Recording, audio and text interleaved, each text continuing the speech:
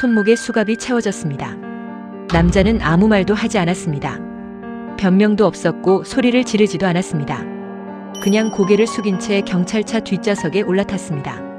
모텔 복도에는 구경꾼들이 있었습니다. 수군거렸습니다. 저 남자 여자친구 가뒀다고요? 완전 범죄자네. 무섭다 진짜. 경찰차 문이 닫혔습니다. 그리고 그 누구도 알지 못했습니다. 그 남자가 왜 거기 있었는지를, 무엇을 지키려 했는지를. 진실은 수갑 너머에 있었습니다. 이 이야기의 끝이 궁금하시다면 구독과 좋아요 부탁드립니다.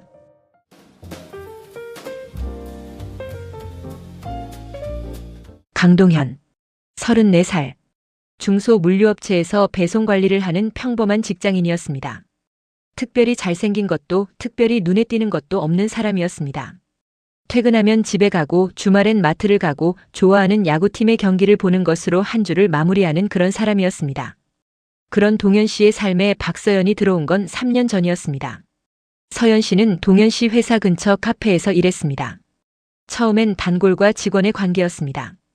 동현 씨가 매일 같은 시간에 들어와 같은 자리에 앉아 같은 음료를 시키는 걸 서연 씨가 먼저 기억했습니다. 아메리카노 한 잔 설탕 없이. 어느 날 서연 씨가 먼저 말을 걸었습니다. 손님, 저희 오늘 원두 바뀐 거 아셨어요? 맛 좀 달라질 수 있어요. 동현 씨는 그 말 한마디에 10분을 카페에서 더 있었습니다. 그렇게 시작됐습니다. 교제 1년이 지났을 때 동현 씨는 서연 씨에게 뭔가 이상하다는 것을 느끼기 시작했습니다. 처음엔 작은 것들이었습니다. 갑자기 전화를 받지 않는 날이 생겼습니다. 만나기로 한 날 한두 시간 전에 갑자기 피곤하다며 취소하는 일이 잦아졌습니다. 웃음이 줄었습니다. 동현 씨는 처음엔 자신이 뭔가 잘못한 게 있나 싶었습니다. 생각해봐도 모르겠어서 그냥 더 잘해주려고 했습니다. 좋아하는 음식을 챙기고 힘들어 보이면 아무것도 묻지 않고 옆에 있었습니다. 그런데 이상한 건 계속됐습니다. 서연 씨의 팔뚝에 멍이 있었습니다. 처음엔 1개, 그 다음엔 2개. 물어보면 부딪혔어라고 했습니다. 동현 씨는 믿었습니다. 믿고 싶었습니다. 그러다 어느 날 밤이었습니다. 서연 씨에게 전화를 했는데 받지 않았습니다. 문자를 남겼는데 답이 없었습니다. 자정이 넘었습니다. 동현 씨는 잠이 오지 않아 소파에 앉아 있었는데 새벽 2시에 서연 씨에게서 문자가 왔습니다. 나 괜찮아. 자, 괜찮다는 말이 왜 이렇게 불안하게 읽혔을까요? 동현 씨는 그날 밤을 뜬 눈으로 보냈습니다. 다음 날 카페로 찾아갔습니다. 서연 씨는 일하고 있었습니다. 평소처럼 웃으면서 손님을 응대하고 있었습니다. 동현 씨가 들어서자 잠깐 표정이 굳었다가 다시 웃었습니다. 왜 왔어? 오늘 오기로 한 날 아니잖아. 어젯밤에 연락이 안 됐잖아. 자고 있었어. 얘기했잖아. 새벽 2시에 문자 왔어. 잠깐 깼다가 다시 잔 거야. 동현 씨는 서연 씨의 눈을 봤습니다. 서연 씨는 시선을 피하지 않았습니다. 하지만 그 눈 안에 뭔가 피곤함이 있었습니다. 무언가를 버티는 사람의 눈이었습니다. 서연아, 나한테 말 못하는 거 있어? 없어. 진짜? 응. 없어. 동현 씨는 더 묻지 못했습니다. 그날 이후로 동현 씨는 조용히 관찰하기 시작했습니다. 관찰이라는 게 거창한 게 아니었습니다. 그냥 서연 씨가 하는 말과 행동 사이에 어긋남이 있는지를 보는 것이었습니다. 어긋남은 있었습니다. 서연 씨는 특정 번호로 전화가 오면 자리를 피했습니다. 주말 오후에 한 번씩 연락이 두절되는 패턴이 있었습니다. 그리고 그날이 지나면 반드시 어딘가 피곤해 보였습니다. 동현 씨는 물어볼 수가 없었습니다. 물어보면 서연 씨가 벽을 치는 게 느껴졌습니다. 그 벽이 자신을 향한 게 아니라는 건 알았습니다. 하지만 그렇다고 뚫을 수도 없었습니다. 그러다 서연 씨 카페 동료에게 연락이 왔습니다. 서연 씨와 친한 동료였습니다. 동현 씨에게 직접 연락을 해온 건 처음이었습니다. 오빠, 저 서연이 때문에 연락했어요. 서연이가 알면 화낼 수도 있는데 제가 그냥 모른 척하기가 어려워서요. 동료의 이름은 이하영이었습니다. 26살. 하영 씨는 카페 근처 공원 벤치에서 동현 씨를 만났습니다. 주변을 한번 둘러보고 나서 말을 꺼냈습니다. 서연이 전 남자친구 알아요? 동현 씨는 이름만 알고 있었습니다. 사귀기 전에 짧게 만난 사람이 있었다고 그 정도만. 저도 자세한 건 몰라요. 근데 걔가 아직도 서연이한테 연락을 해요. 그것도 거의 협박 수준으로. 협박? 하영 씨가 핸드폰을 꺼냈습니다. 서연 씨와의 카톡 대화 일부를 보여줬습니다. 서연 씨가 하영 씨에게 보낸 메시지들이었습니다. 내용은 짧지만 충분했습니다. 나 요즘 좀 무서워. 근데 말 못하겠어. 동현한테는 말하지 마. 걔가 알면 뭔 짓 할지 모르니까. 그냥 내가 알아서 할게. 동현 씨는 그 메시지들을 읽고 한동안 핸드폰을 내려다봤습니다. 전 남자친구가 무슨 짓을 하는 거예요? 저도 다 몰라요. 서연이가 다 말 안 해줬거든요. 근데 한 번은 봤어요. 카페 끝나고 주차장에서 어떤 남자가 서연이한테 뭔가 얘기하는데 서연이 표정이 너무 무서워 보였어요. 제가 다가가려고 했는데 서연이가 눈으로 오지 말라고 했거든요. 그게 언제요? 2달 전이요. 2달 전. 서연 씨의 팔에 처음 멍이 보였던 시기와 겹쳤습니다. 동현 씨는 자리에서 일어나면서 하영 씨에게 말했습니다. 알려줘서 고마워요. 서연이한테는 말하지 마세요. 오빠, 근데 너무 나서지 마요.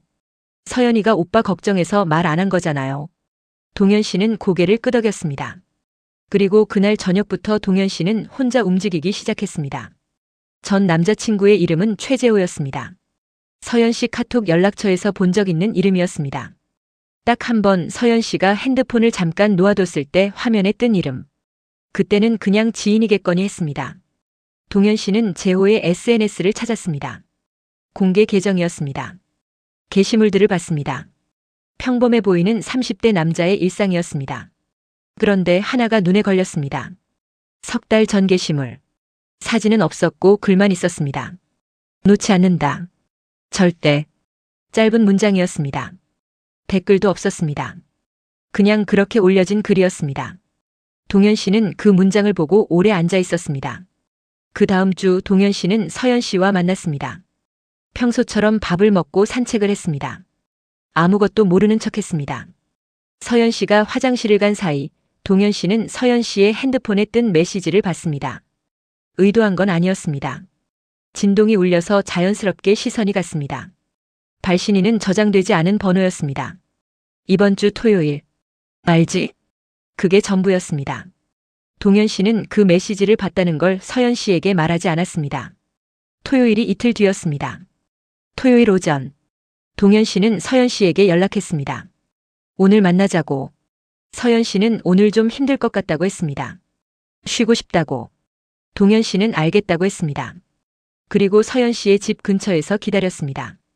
오후 2시쯤 서연 씨가 나왔습니다. 택시를 탔습니다. 동현 씨는 다른 택시를 잡아 탔습니다. 택시 기사에게 앞차를 따라가 달라고 하는 건 드라마에서나 보던 일이었는데 동현 씨는 실제로 그렇게 했습니다. 서연 씨의 택시가 멈춘 곳은 강남 외곽의 한 모텔이었습니다. 동현 씨는 그 모텔 앞에서 택시를 내렸습니다. 서연 씨가 모텔 안으로 들어가는 걸 봤습니다. 동현 씨의 머릿속이 복잡해졌습니다. 잘못 생각한 걸 수도 있다고. 다른 이유가 있을 수 있다고. 하지만 발은 이미 모텔 입구를 향하고 있었습니다. 프런트에서 카운터 직원에게 물었습니다.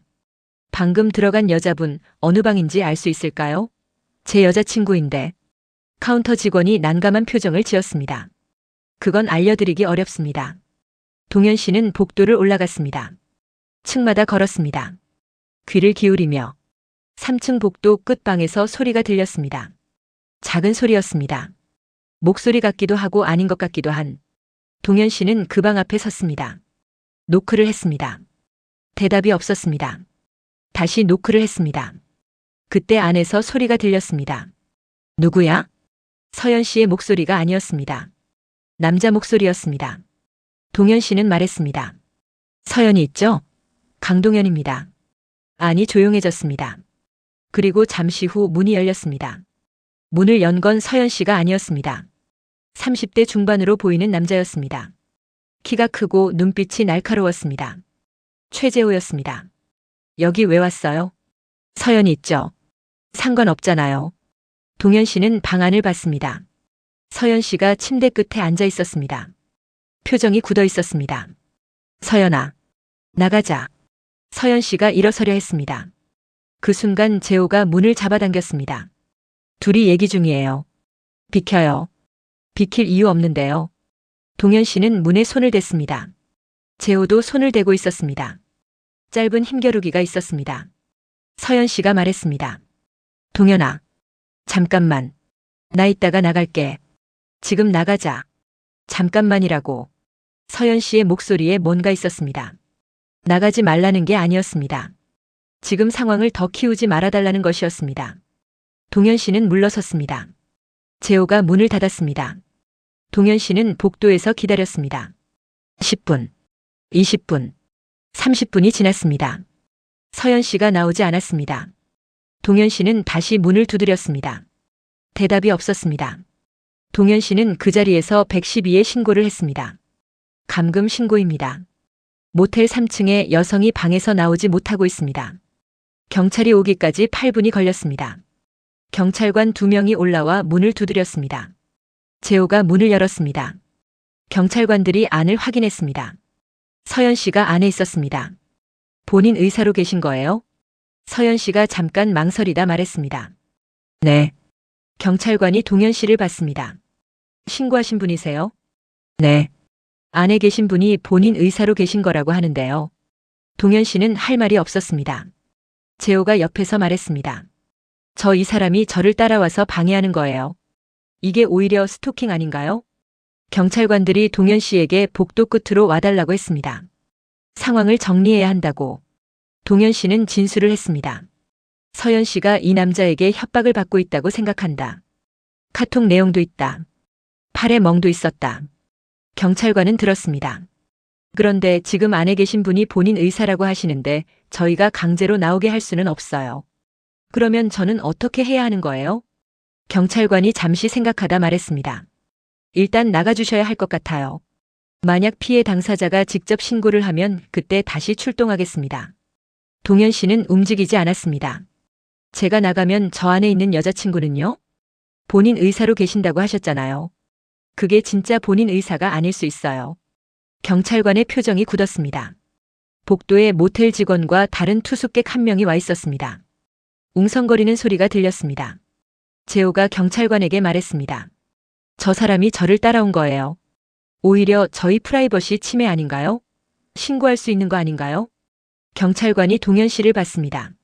일단 자리를 피해 주시지 않으면 저희가 동행을 요청드려야 할 수 있습니다. 동현 씨는 그 말을 들었습니다. 그리고 움직이지 않았습니다. 저 안 나갑니다. 결국 동현 씨는 경찰서에 갔습니다. 강제 연행은 아니었습니다. 임의동행이었습니다. 하지만 수갑은 채워졌습니다. 복도에서 재호와 몸싸움이 있었기 때문이었습니다. 재호가 동현 씨를 밀었고 동현 씨가 재호의 멱살을 잡았습니다. 모텔 복도에서 목격한 투숙객과 직원의 눈에는 동현 씨가 가해자로 보였습니다. 수갑이 채워지고 경찰차에 탈 때 동현 씨는 서연 씨를 봤습니다. 재호 뒤에 서 있었습니다. 눈이 빨개져 있었습니다. 동현 씨는 서연 씨와 눈이 마주쳤습니다. 서연 씨가 입을 열었다가 닫았습니다. 경찰차 문이 닫혔습니다. 경찰서 진술 과정에서 동현 씨는 알고 있는 것을 전부 말했습니다.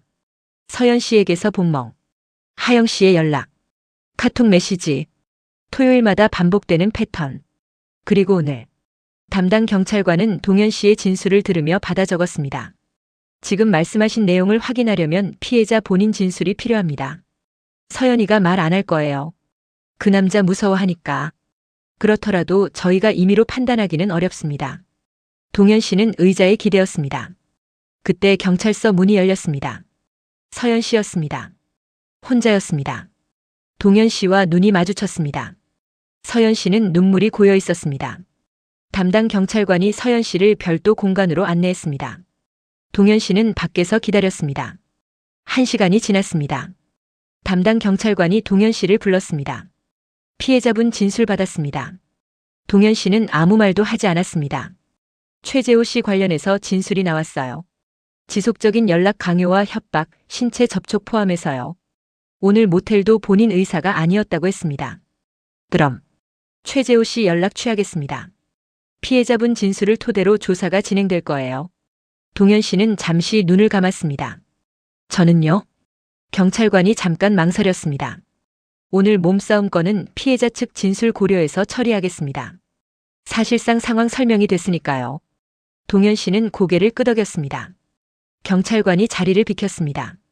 잠시 후 서연 씨가 들어왔습니다. 둘은 한동안 말이 없었습니다. 서연 씨가 먼저 말했습니다. 어떻게 알았어? 하영이한테 연락 왔었어. 그 애. 화내지 마. 걔 너 걱정한 거야. 서연 씨가 눈을 내리깔았습니다. 나 때문에 수갑까지 차고. 괜찮아. 괜찮지 않잖아. 동현 씨는 잠깐 생각하다 말했습니다. 서연아. 나한테 말 못한 이유가 뭐야? 서연 씨가 입술을 깨물었습니다. 내가 뭔 짓 할까봐. 뭔 짓? 그 사람한테 찾아가거나, 싸우거나, 그러다 다치거나. 동현 씨는 잠시 아무 말도 하지 않았습니다. 나 보호하려고 나를 멀리한 거야? 서연 씨가 고개를 끄덕였습니다. 동현 씨는 천장을 봤습니다. 그거 좀 웃기다. 웃기긴. 나도 똑같은 이유로 너한테 아무것도 안 물어봤어. 상처받을까봐. 서연 씨가 잠깐 동현 씨를 봤습니다. 둘 다 웃었습니다. 우는 것도 같은 웃음이었습니다. 최재호는 그날 저녁 경찰에 출석했습니다. 서연 씨의 진술을 토대로 스토킹 처벌법 위반 혐의로 조사를 받았습니다. 이후 재판 과정에서 지속적인 연락 강요, 신체 협박, 그리고 서연 씨를 모텔로 강제 유인한 사실이 밝혀졌습니다. 서연 씨는 법적 조치를 취했습니다. 쉽지 않은 과정이었지만 끝까지 진술을 이어갔습니다. 동현 씨는 그 과정에서 아무것도 혼자 결정하려 하지 않았습니다. 서연 씨가 원하는 속도로 원하는 방식으로 그냥 옆에 있었습니다. 사건이 마무리되고 몇 달 후였습니다. 서연 씨는 카페 일을 계속했습니다. 동현 씨는 여전히 매일 같은 시간에 같은 자리에 앉아 같은 음료를 시켰습니다. 아메리카노 한 잔 설탕 없이. 어느 날 서연 씨가 음료를 가져다 주면서 말했습니다. 오빠. 그날 경찰서에서 수갑 차고 나올 때 표정이 어땠는지 알아? 어떻게 생각해? 무서워 보이거나 억울해 보이거나 했어야 하는데. 그럼 서연 씨가 잠깐 멈췄습니다. 그냥 기다리는 사람 표정이었어. 내가 나오기를 기다리는. 동현 씨는 아무 말도 하지 않았습니다. 서연 씨가 카운터로 돌아가면서 혼잣말처럼 말했습니다. 다음부터는 나한테 말할게. 동현 씨는 커피를 한 모금 마셨습니다. 창밖에 해가 들어오고 있었습니다. 평범한 오후였습니다. 특별한 것이 없는. 그게 동현 씨가 바라던 것이었습니다. 그리고 이제는 서연 씨도 알고 있었습니다. 우리는 가끔 눈에 보이는 것만으로 상황을 판단합니다. 수갑을 찬 사람은 나쁜 사람일 거라고. 모텔 앞에 서 있는 남자는 이상한 사람일 거라고. 하지만 가장 중요한 맥락은 대부분 눈에 보이지 않는 곳에 있습니다. 동현 씨가 그날 복도에서 움직이지 않은 건 감금을 한 게 아니었습니다. 그는 문 앞에서 기다렸습니다. 나오기를. 스스로. 그것이 그가 할 수 있는 유일한 것이었습니다. 그리고 그것으로 충분했습니다. 이 이야기는 여기서 마무리됩니다. 끝까지 함께 해주셔서 감사합니다. 공감이 됐다면 구독과 좋아요 부탁드립니다. 다음 이야기도 기다려주세요.